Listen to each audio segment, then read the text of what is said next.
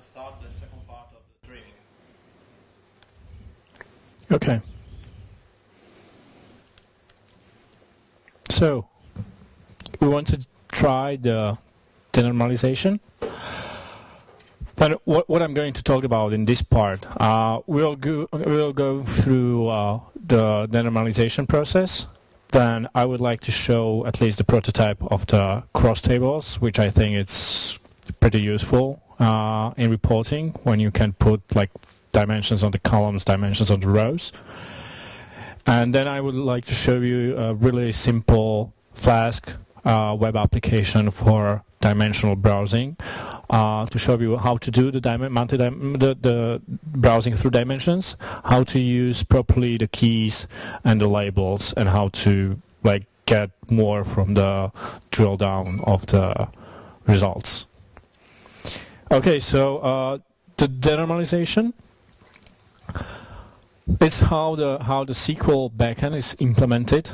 It contains a small object called mapper, which does the mapping from the logical to physical model. So the Snowflake mapper is using the mapping specified well in your model, and denormalized mapper is just a dummy object which does nothing, because the denormalized table has the same column names as expected by the cubes.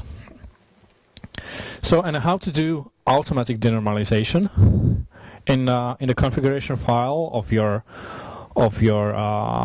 workspace. You define that you would like to use denormalization. Specify what schema the views are going to be created. That is going to be created one view per cube, or you can explicitly specify create only a view for this particular cube. And the prefix which is going to be used. You do not have to specify that, but then you might have like clashes of the names, or it's a good practice to have some kind of prefix-based names if you are putting more things into one schema. And this is how you use it: slicer, denormalize, and configuration. You have two options. If you write just slicer denormalize, then the view is created. If you specify materialize, then the table is created. And if you specify index, then also indexes for all key attributes of every level of every dimension is created as well. So we can try this.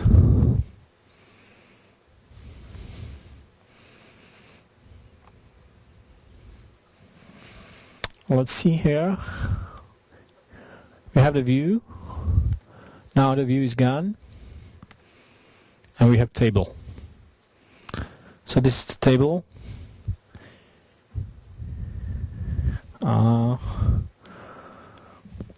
With indexes created.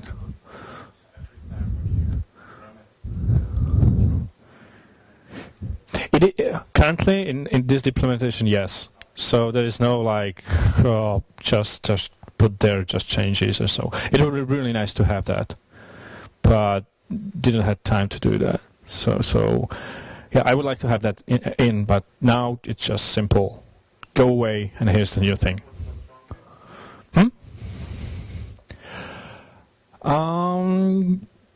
Yeah, might be. Yeah.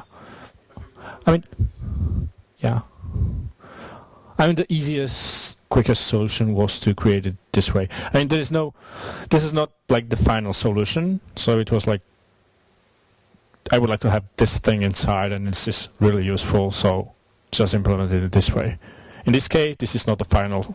Like, you might have more option later on. So also like adding more things into existing table.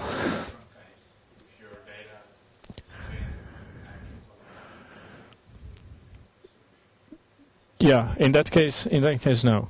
Yeah. And like, if I would like to use the truncate, the next logical step would be just to check if the columns matches and just fail if they don't. Like the first step, not to overcomplicate it, and maybe later to create some kind of magic to add new columns, rename column. But I don't want to be overcomplicated. Right. No, you can't. Now you can't. So this is all the settings you can use now. So you see you have denormalize, and you see that it's dimension dot attribute, and other indexes were created. So for every level, you have some indexes.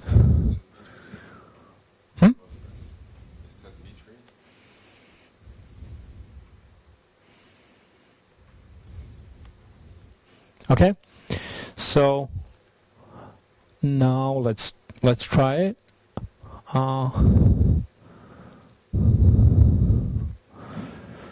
So let's. Okay, we do not have denormalization enabled. If we switch to yes, then we will use the denormalization. So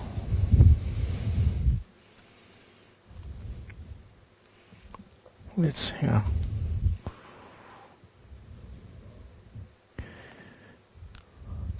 Yep. Now we enable the denormalization.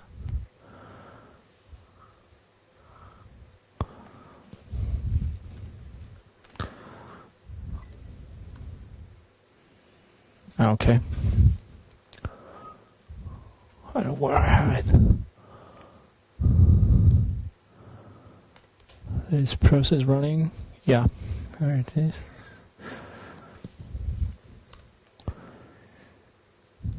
Okay, and we do.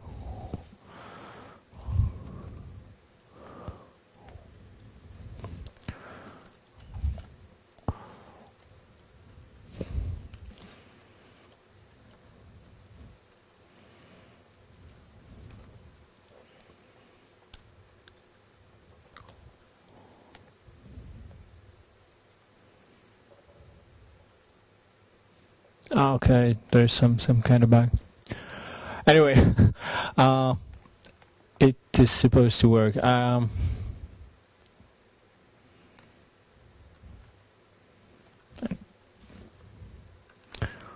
try it this way. There is a small bug, but you wouldn't have to specify the schema here. But it looks like there is a bug in the cube, so I will need to fix it. By default, this is like the intention. You will use only this switch to switch between the snowflake and denormalized. So here we have the results, and if you look in the query here, then you see no joins here because directly the view was accessed.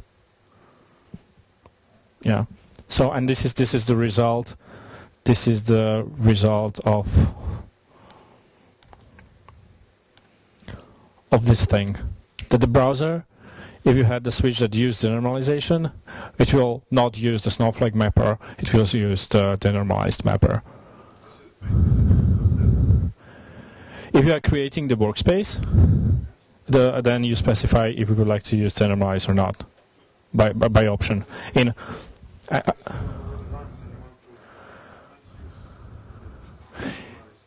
Going to show you.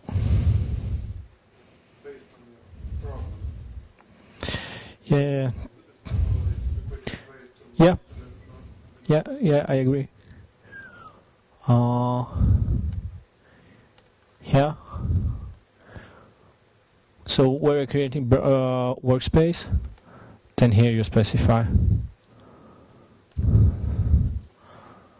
Yeah. So is it sufficient, you think, or not? I got a different perspective because I use from reporting view, not from a workspace view. Okay. In this case, if you are just using denormalization, you do not need to specify the prefixes and stuff like that. But anyway. So yeah, so this is denormalization to create denormalized table.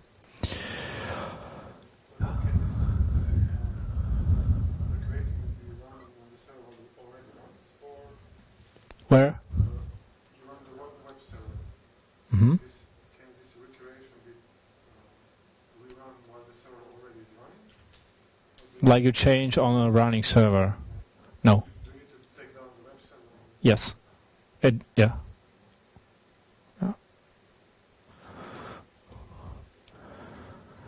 Okay.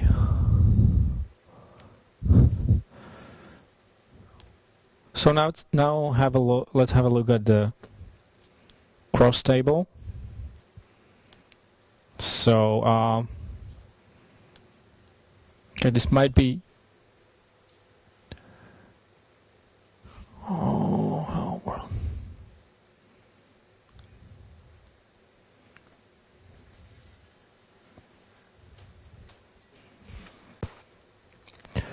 This is just, I will go through the code, but what it does, the script, it generates like really simple HTML file with a table inside with 2 dimensions, and on one dimension you will have years, and another dimension you will have the procurement process type. But to explain it on the code, so this is the classical basic thing you will have to do to get the model, to create the workspace, to get the browser, get the cell. You will do the aggregation through the dimensions. You are going to do the cross table. You are going to put on the rows the process type, and on the columns you are going to put date, and you get from the aggregation result you create the cross table with rows, columns, and this is going to be the cell you are going to put inside. You can put multiple measures there. And then you just generate the cross table. So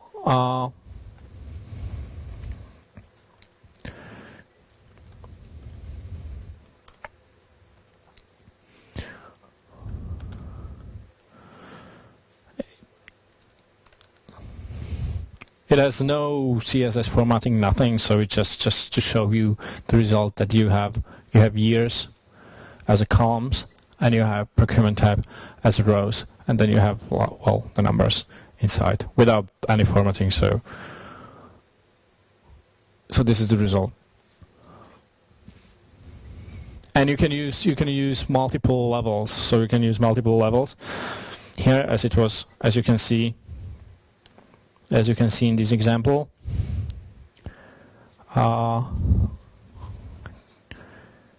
Where's the example? As the example shown in the morning. Yeah. So yeah, here you have one dimension with 2 levels, and this is the result if you specify 2 levels. So this is how it was done. That you specify this is going to be rows, this is going to be on columns, this is the measure. So this is the cross table for the hello world example, which is included in the cubes. Yeah, of course. This is the list.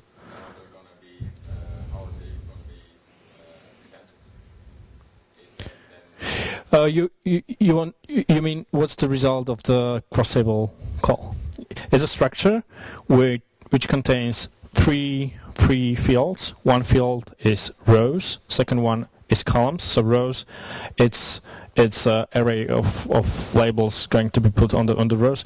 Then you have what's going to be on the tables, and then you have the data, which have a tabular structure with rows, which each cell contains these measures. Yeah.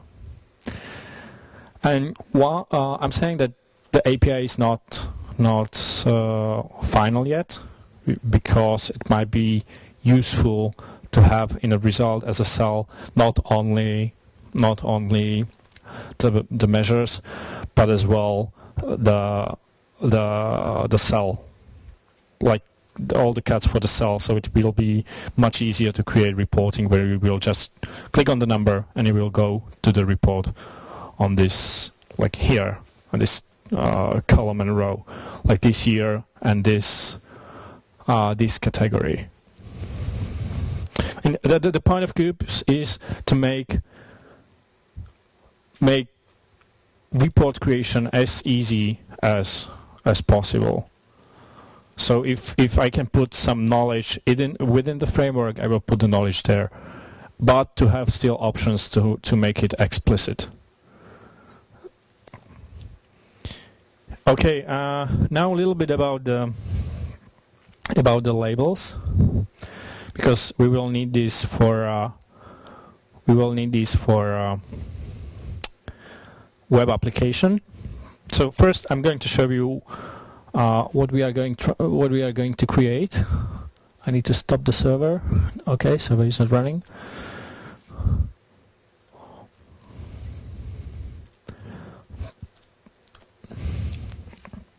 Okay, we have this simple Flask application. Yeah, it's not very visible here, but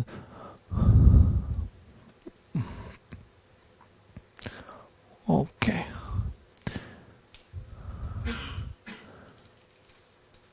So basically what this application does, it lists all the dimensions within the model, and if you click on the dimension, it creates a simple table, right? Nothing more, it just go through dimension to do the drill down through one dimension. Really simple, nothing complicated. So here you can see the year, the number of records, and the total amount within that particular cell.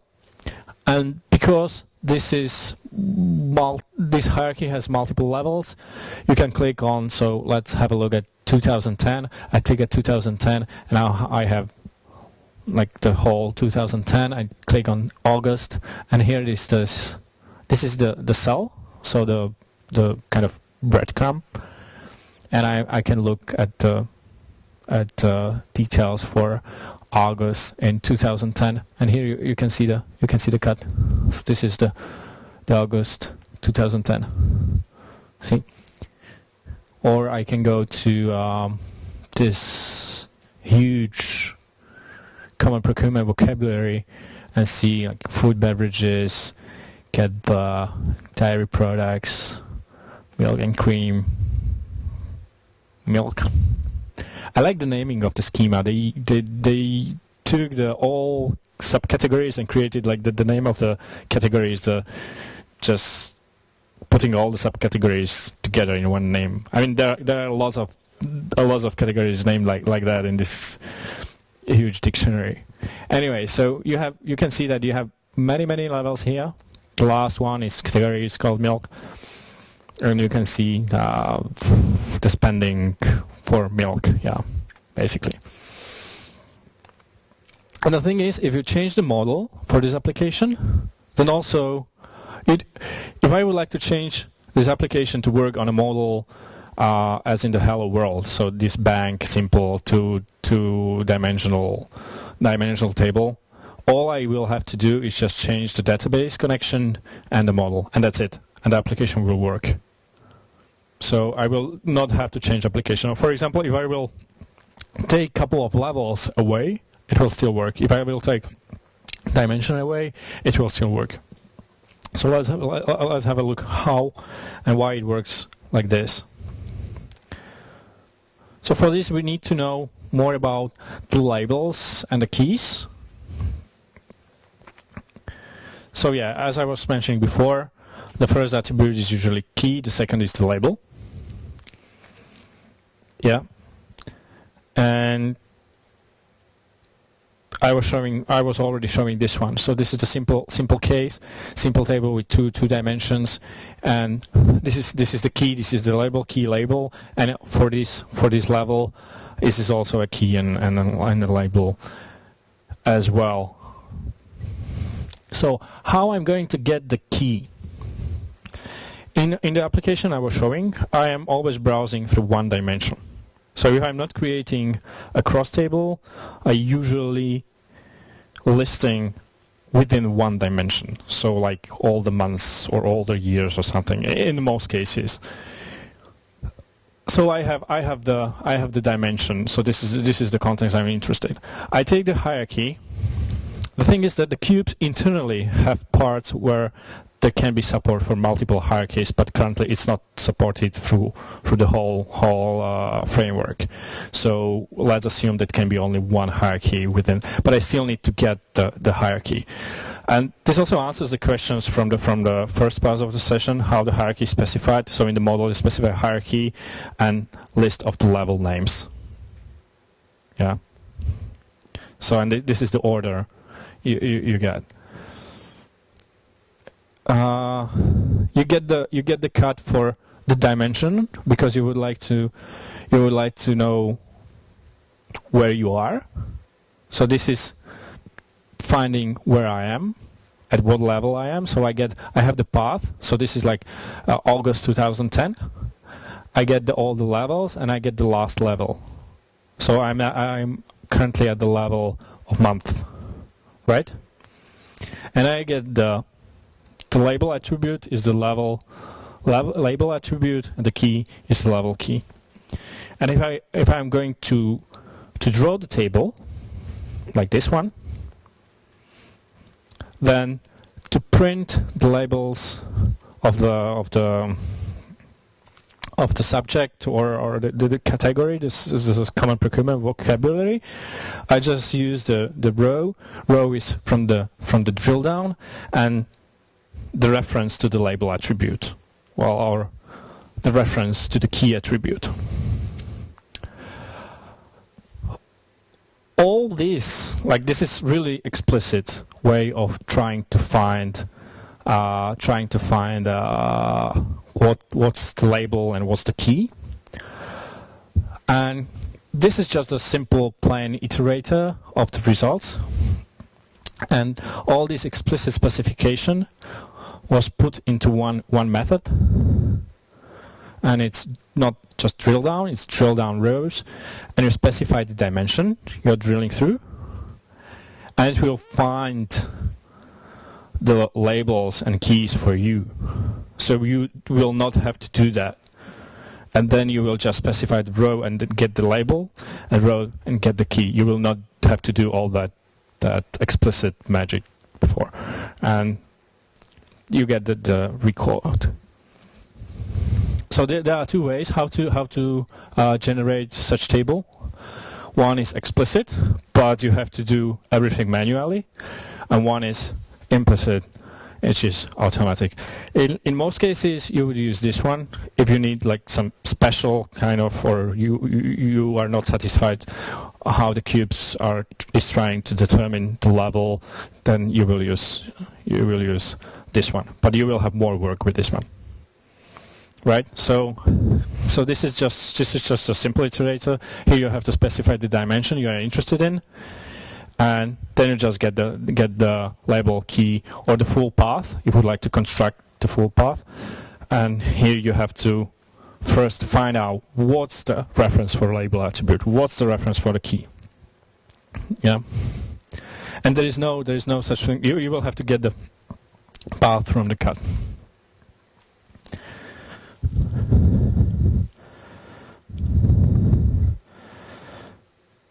So, and this is used in this Flask application.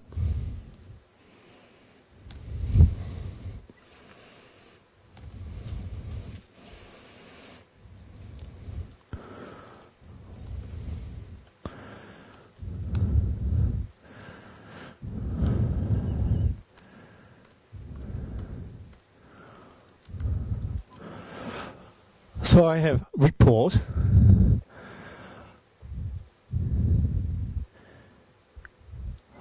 I get the dimension hierarchy.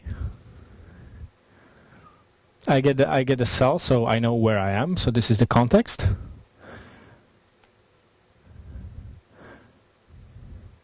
I get the drill down, so this is the data I'm going to display. And yeah, and this is like the explicit way. So here I get the label attribute in this way. So and the key I get that in really explicit way. And this is an indicator if I have to create a link to drill down more or not, or to stop. And then I just ran the report template. And so yeah. So here are the used labels, and here it's not very. Can you see it or not? No. This is being generated from the keys, and this is generated from the label. I mean, is it clear or? Yeah. If it's not clear, just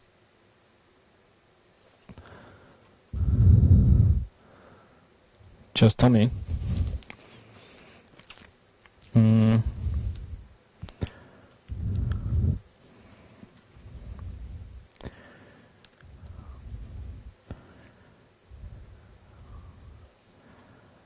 And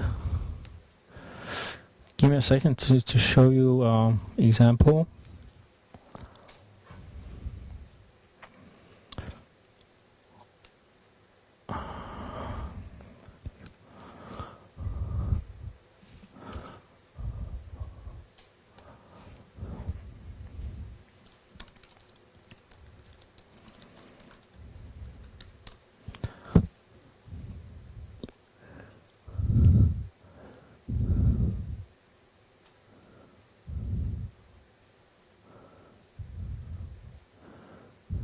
Examples.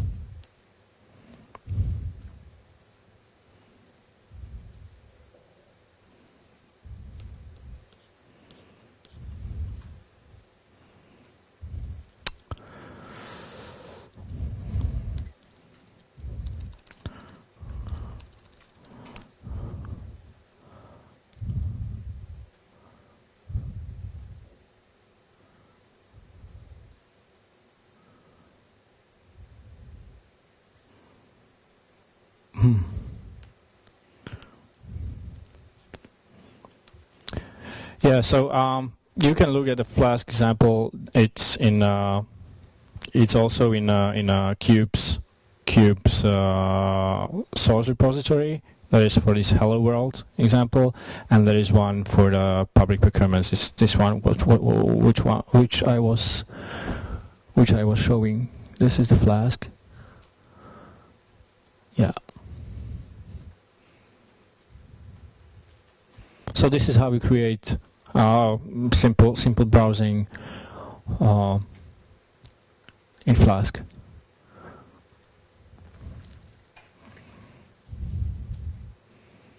Is this example available? Yeah. I'm just saying that's also for procurements, and also there is for Hello World example.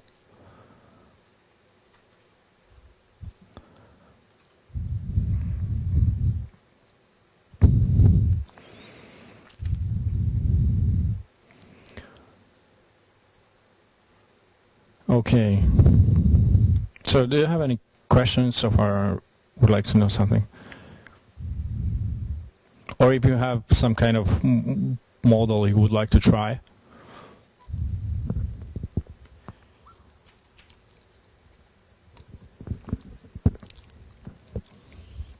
No? Maybe you could talk about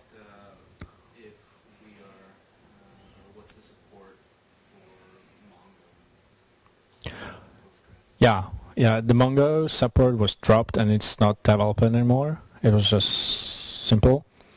The reason is that the Mongo backend was being developed around 1.5 years ago, and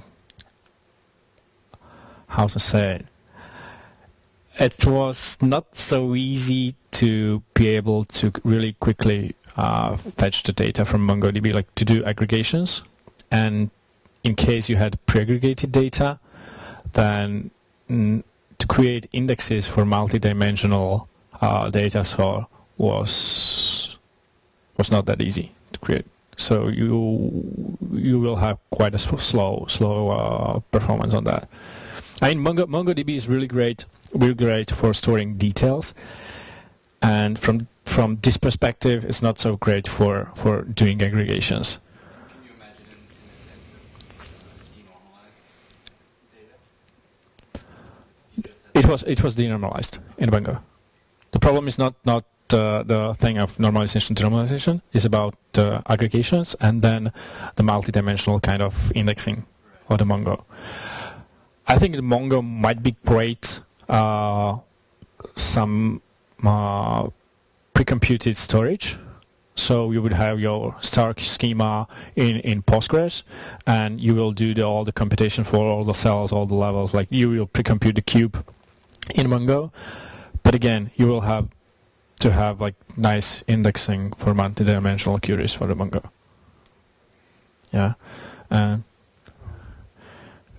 said that if you have a snowflake schema, what happens if you have like a cycle in table relations? If you like create the joins and they will define the cycle. The dimensions are in a cycle. Okay, so there is no detection for cycles, and the behavior is like not defined.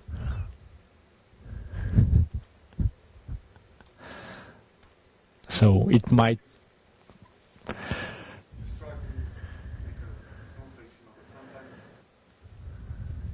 model is so that you have a cycle. Very challenging.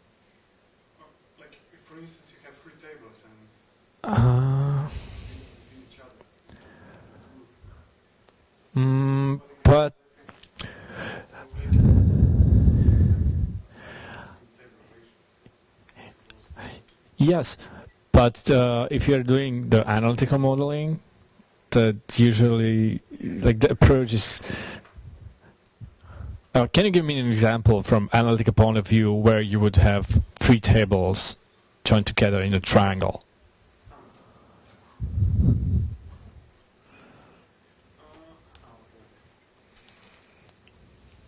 It's not that Because actually I haven't seen that in analytical store. it's not the closest 3 tables, but it's like if you have like 100 tables, there are more paths to a solution. Okay, this is it's, okay. Let's say you generalize and you What? create a shortcut, and that shortcut creates a cycle. But isn't Because in our reporting tool, we can define the path that the tool should use. If it's not, if it doesn't know it by itself. There are cases where there are cycles. Yeah, there's cases you can go from one table to the other table in a few paths. So yeah? Oh yeah. the explicitly need to tell which path to take from the one table to the other table. So Yeah, but that, like, if you're one dimension, you still are going to create one path, no? you have several. You have use cases where you have where multiple paths in the database can be taken to. Yeah, I understand that, but if you have dimension and you have one hierarchy, are they like multiple ways to get different levels of hierarchies, like different paths? Or whatever, or okay, so just 300 tables, for instance. Then usually the main okay, so to Okay, so the cubes, the behavior is undefined. Yeah. For that. Because this is a problem we're facing. It's usually start here on this sometimes you get cycles. And what kind of model is that? Like, what kind of segment? CRM billing. CRM. Tool that you use? We use MicroStrategy and business objects. Oh, Business objects in business you can explicitly define the path. MicroStrategy you can't. mm-hmm.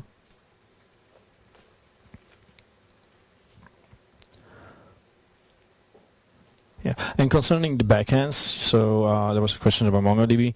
I was thinking about creating a backend for pandas, for the. We had a presentation. Yeah, the guy before you presented pandas. Yeah. Because they have a tabular structure and the computation is pretty fast. So it might be like interesting to have that as well. Like alternative to SQL. You mean Python? Pandas.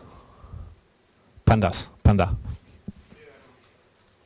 Pandas is a framework for analytics, but it Yep. uses pipetables.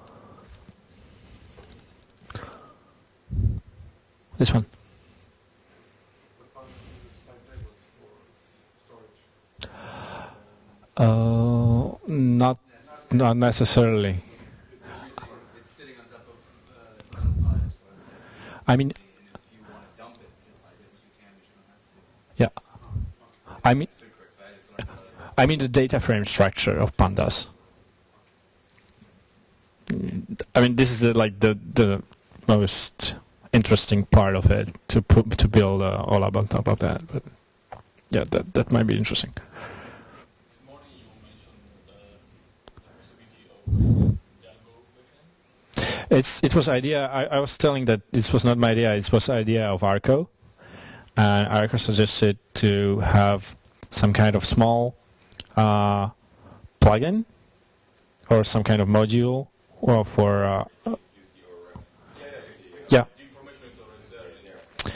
But not all the information you will need. So you will need a little bit of metadata to add to that to be able to create automatically the logical model from that. And this kind of metadata would be like specifying this is going to be a measure. This is like the first thing, to specify the measure, and I can consider everything else as dimension. Okay, so this is like the simplest thing. But the better version would be to specify this is the measure, this is not important, this is dimension, and this is relationship between dimensions. So like this is child of this dimension. So these 4 ways or 4 kinds of metadata you would specify for each attribute. And then you can easily generate the model from this thing to the logical model that can be used to with cubes. And then like the idea is that with just very little effort you will be able to have this kind of reporting on top of Django application. I'm not a Django guy, so I don't know the details how it's being done. Arco says that it's simple, and I know ORM, and if I'm thinking that it shouldn't be that difficult to have it in ORM. If you have it in ORM, that I don't know how it would be difficult to have it in Django ORM, but in general, like in a pattern of ORM. So, and it would be really nice to have a Django application have reporting ready backend. So, yeah. So it is just an idea for the future for that. Because what most people are doing now are trying to create reporting on top of existing database. So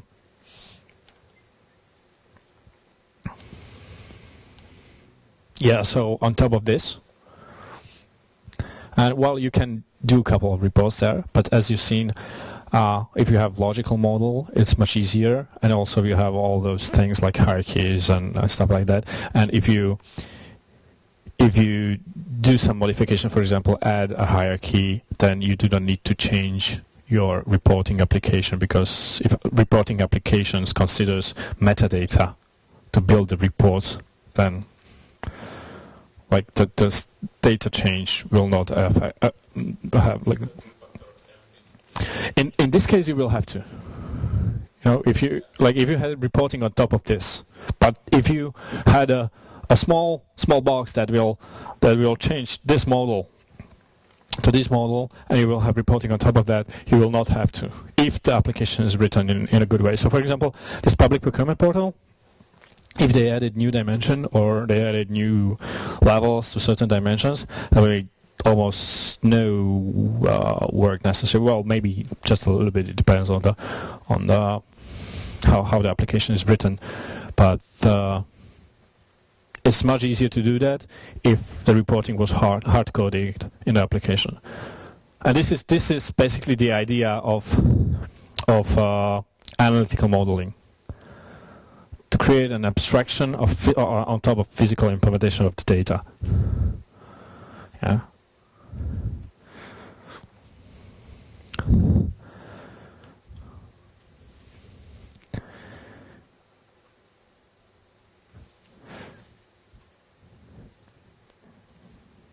Okay, more questions?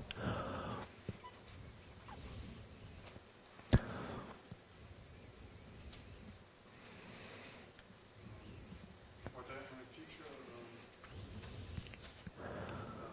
features that you want to implement that we didn't mention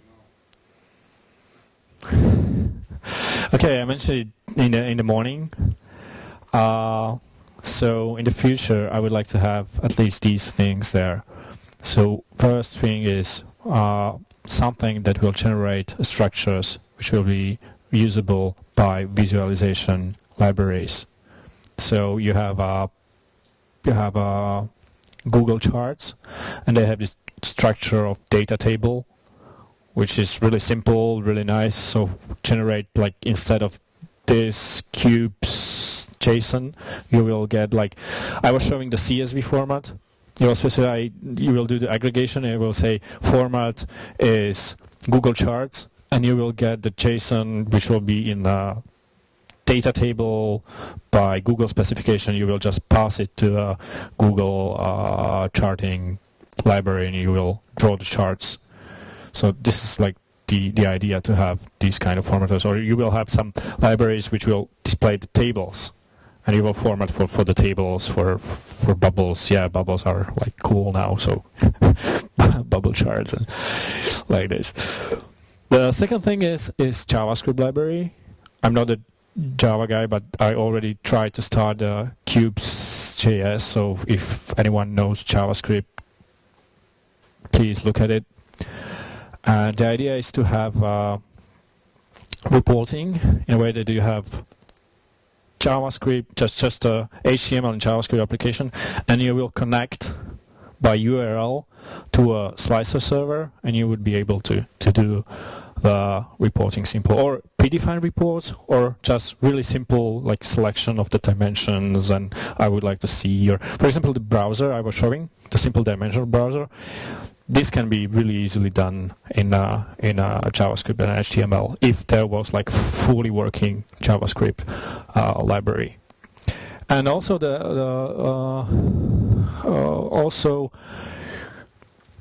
advantage of having these formatters in JavaScript library would be to have then small pieces, like if you are going to display a chart on your website, then user would be able to click on the chart and see what measures are involved and would like to, like, play with it as well.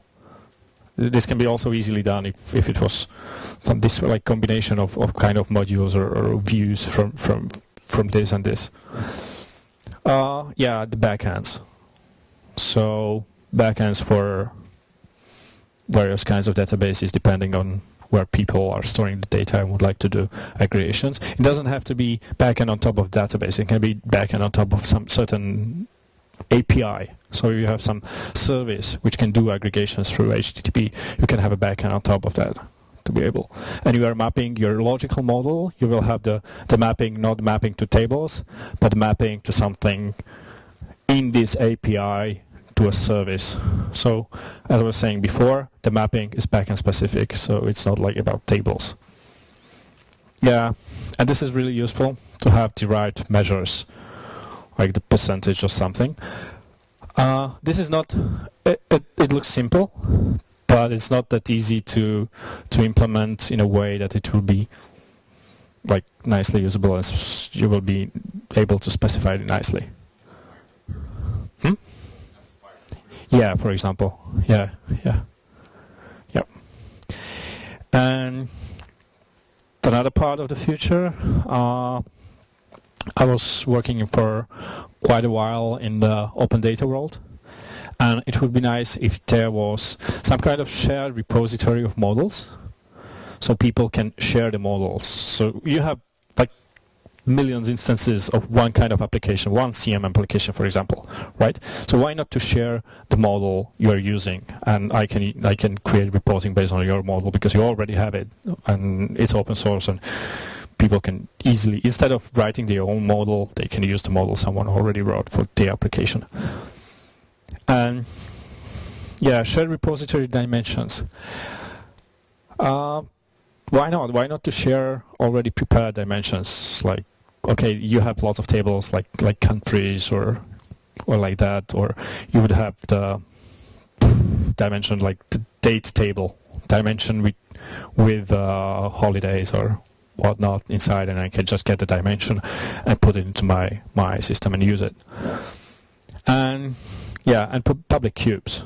So if I'm creating this application, so for example the public procurement portal, I have an API which is the API for the slicer, and if I had a reporting application, I will just put the URL into this reporting application, and I can create report any report I would like to prepare based on this API URL. And I will be not limited by the reports which are provided by the site. So this is like the idea that to have public cubes, public APIs of those sites which can be public. Well, of course, I cannot expect a private data to be public, but if someone can publish it, or if any site is publishing any kind of reporting charts, why not to publish the API so I can create charts I'm interested in? I might be interested in something a little bit different. Well, I started a small wiki page on a cubes GitHub where I would like to start to collect all those open. There are not so many because, as I mentioned, this is a new project, and the public cubes are only 2 applications, and well, private cubes are not going to be there, but so people can browse other. Yeah, and even I would like to have all those features. I still would like to keep it lightweight. So just do one small thing and do it in a good way, and not to waste time on, like, for example, ETL data preparation and other things. So, and keep it simple so people would have access to OLAP reporting application without like huge knowledge of all the things around that. So if someone would like to have like real OLAP, there are plenty of tools to take. Yeah, commercial, non-commercial, any.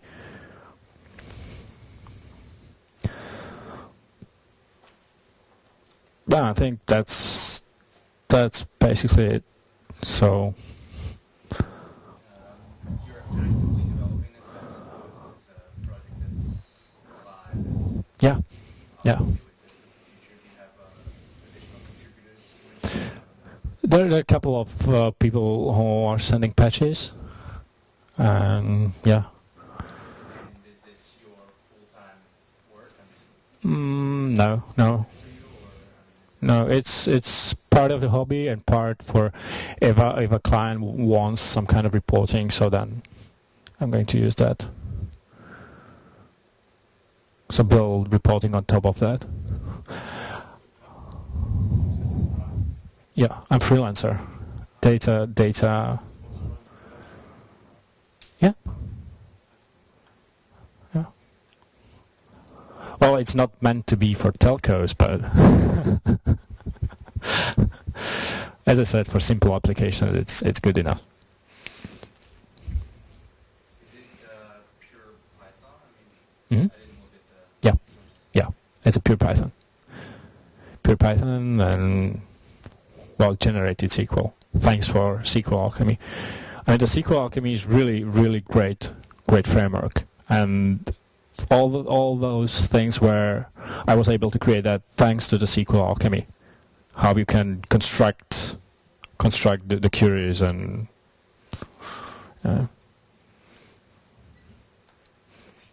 okay, I think that's it. So thank you. Thanks.